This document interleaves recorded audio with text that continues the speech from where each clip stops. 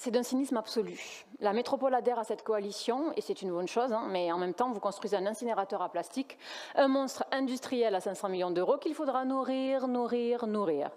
Vous adhérez à une coalition, mais effectivement, on en parlait tout à l'heure, pourquoi ne pas coopérer avec les autres intercommunalités pour une gestion des déchets partagés sur un bassin de vie d'1 million d'habitants? Nous en parlons depuis des années, et les vice-présidences de Sète et Lunel, comme nous venons de le rappeler, sont d'accord pour faire une stratégie ensemble pour réduire les déchets à la source et œuvrer à une vraie politique d'économie circulaire. Ce travail, nous l'avions initié. Vous voulez réduire le plastique? Il suffit de déployer la stratégie zéro déchet que nous avons pourtant votée en 2022 à l'unanimité, de façon globale, systémique, réfléchie, stratégique.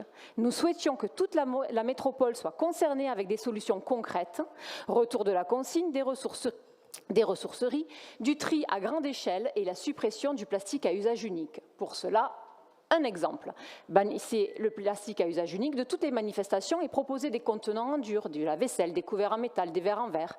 Accompagnez les organisations par un système de consigne de contenants réutilisables. Proposez un service de lavage avec des stations de lavage installées dans tous les quartiers de la ville et des communes.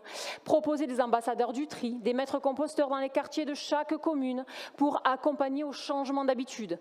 De la formation citoyenne, de la concertation, de la pédagogie. Ça coûte de l'argent, mais ça ne coûte pas 500 millions d'euros.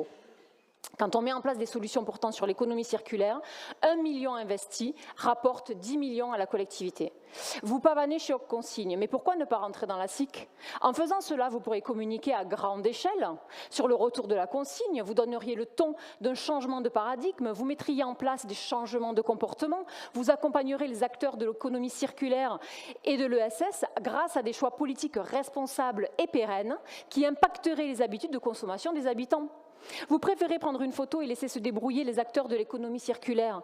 Vous communiquez sur une ressourcerie à Grabel. Oui, un projet d'ailleurs que nous avions lancé. Mais quid de celle de Pignan? Quid de l'agrandissement de celle de Prat-de-Lez? Consigne a besoin de se développer. La ressourcerie sportive L'Esprit Réquipe a besoin de trouver des locaux. Les acteurs culturels sont prêts à développer une ressourcerie culturelle. Projet que j'avais lancé avec les équipements culturels et les acteurs de l'ESS et que vous avez laissé au point mort, niant leurs investissements. Vous préférez brûler des déchets et dépenser 500 millions pour saccager le climat alors que les solutions, nous les avons pourtant en partage.